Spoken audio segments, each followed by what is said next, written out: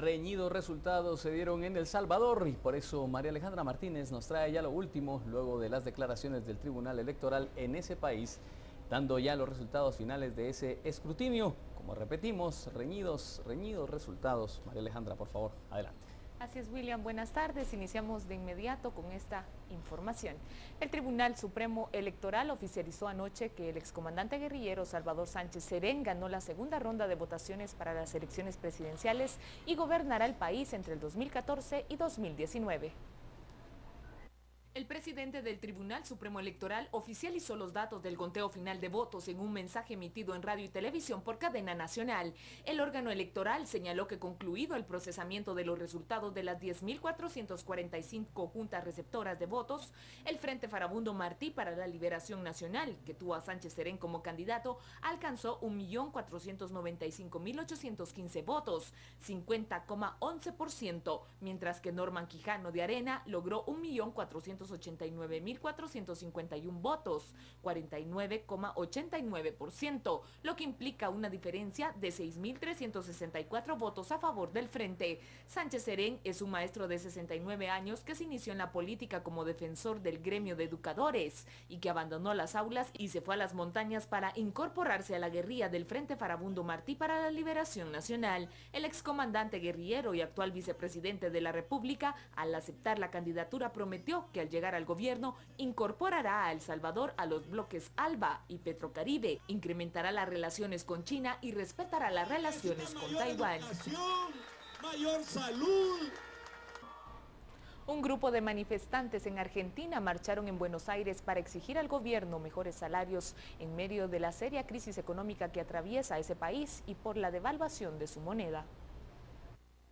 Los manifestantes enojados se declararon en huelga para exigir un aumento en el salario mínimo que rige el país, para compensar los recientes aumentos de precios y devaluaciones monetarias que han afectado fuertemente a los consumidores. El jefe del Sindicato Central de Trabajadores Argentinos llamó al diálogo con el gobierno para hacer frente a la caída del poder adquisitivo de los consumidores en la nación suramericana. Estamos muy preocupados porque los últimos aumentos de precios, la devaluación, la inflación han triturado nuestro poder adquisitivo y la única manera de recuperarlo es que el gobierno recupere el sentido común, convoque a un espacio de diálogo, recuperemos las instituciones de la democracia como el Consejo de Salario Mínimo Vital y Móvil, y la única forma que ocurra es que salgamos a la calle masivamente como lo estamos haciendo, con paro y movilizaciones de manera pacífica, pero saliendo a la calle. Por su parte, la presidenta Cristina Fernández ha mencionado que ni los precios de consumo ni la difícil situación del peso logrará que su gabinete anuncie cambios en sus políticas. Las próximas elecciones presidenciales serán en el 2015, con Fernández constitucionalmente impedida de un tercer mandato.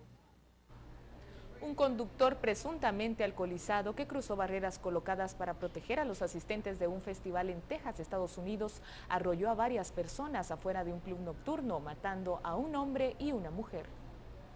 El jefe de la policía dio a conocer que el conductor se abrió camino hacia la multitud e hirió a 23 personas, 5 de ellas de gravedad. Finalmente chocó e intentó huir a pie, pero un agente lo impactó con un arma de aturdimiento y lo detuvo. El hombre, cuyo nombre no fue revelado, enfrenta 2 cargos de homicidio capital y 23 de agresión agravada.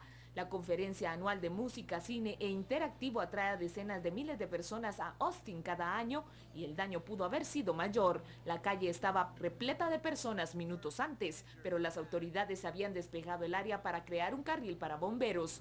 La policía cerró varias vías del centro de la ciudad para los 5 días del festival, convirtiendo calles normalmente congestionadas en una gran plaza peatonal para que los asistentes puedan llegar con facilidad a los conciertos. La policía dijo que el incidente comenzó cuando una patrulla intentó detener al carro plateado en una gasolinera cercana bajo sospechas que su conductor estaba ebrio.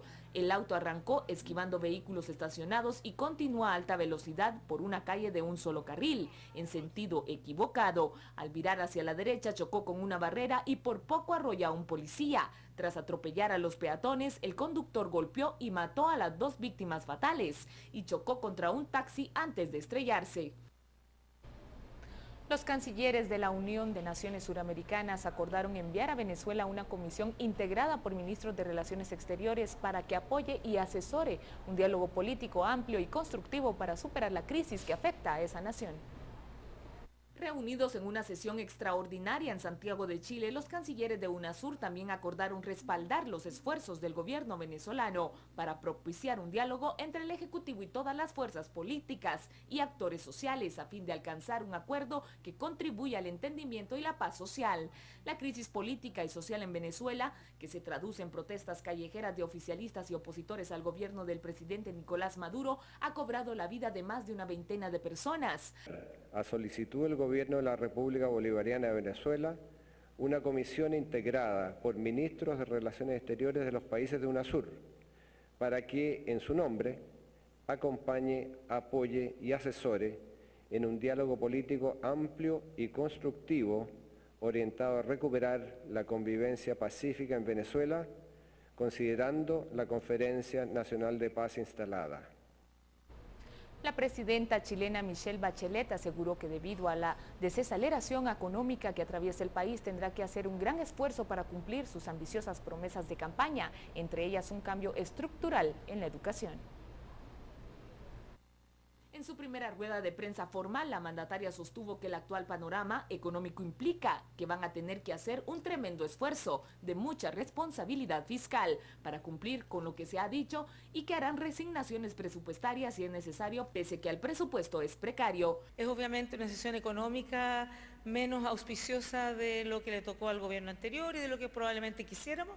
Sin embargo, no es algo que nos llene de sorpresa, porque la desaceleración de la economía viene desde el primer trimestre del año pasado, antes siquiera de que yo fuera candidata. Las principales reformas planteadas por Bachelet, que inició la víspera su segundo mandato presidencial, son una reforma tributaria para financiar cambios estructurales en educación pública, que prometió que será gratuita y de calidad en una nueva constitución. El programa de Bachelet implica una inversión de 15.000 millones de dólares, de los cuales 8.200 provendrían de una reforma tributaria para alzar gradualmente el impuesto de las empresas del 20 al 25% en 5 años, del combate a la evasión de impuestos y del fin de un sistema que permita al empresario no pagar por las utilidades que no retira de sus compañías. Alrededor de 12 estados están bajo alerta roja por una severa tormenta y el estimado de personas afectadas por el aviso asciende a unos 83 millones. El presidente de Estados Unidos, Barack Obama, declaró estado de emergencia para el estado de Georgia, abatido por una severa helada y donde los meteorólogos predicen condiciones catastróficas para la región. Más de 2 estados están bajo alerta a medida que la tormenta avanza desde el sur del país, desde el miércoles hasta mañana. El mal tiempo ya ocasionó 2 muertes por accidentes de tráfico en Mississippi y otras 3 en el norte de Texas. Más de 3.300 vuelos e itinerarios ferroviarios han sido cancelados o demorados debido a la severa helada. Para finalizar, un hombre británico cuyo rostro quedó gravemente dañado en un accidente de moto fue sometido a una operación de reconstrucción facial, usando partes hechas con una impresora en 3 dimensiones. Stephen Power, de 29 años, se ha convertido en la primera persona en ser operada con este tipo de tecnología. Hace 2 años, Power sufrió un accidente con su motocicleta y aunque llevaba casco, se rompió la mandíbula superior, la nariz, los pómulos y sufrió una fractura de cráneo. Tras pasar 4 meses en el hospital, salió con el rostro parcialmente desfigurado que ocultaba con sombreros y gafas de sol. Para devolverle a su aspecto de siempre, primero se creó un modelo de 3 dimensiones del cráneo de Power, tal como era antes del accidente. Se seleccionaron las partes a sustituir y se pasó a imprimir en 3D. Una operación que duró más de 8 horas en el hospital Morrison. Se le implantaron las piezas impresas y para sostener los huesos fue necesario un implante de titanio. La explicación de la operación forma parte de una exposición de impresión en 3 dimensiones en el Museo de la Ciencia de Londres. Esto es todo en la información internacional a esta hora. Estaremos pendientes de lo que ocurra en el transcurso del día. Gracias, María Alejandra, otra de nuestras compañeras, parte del equipo de redacción de Noticiero Guatevisión. Por ahora vamos a la pausa comercial y cuando volvamos, Renato Martínez, un adelanto de lo que veremos luego de la pausa. Así es, el movimiento económico y financiero para los niños, está muy interesante. Muy bien, quédese con nosotros, ya volvemos en unos minutos.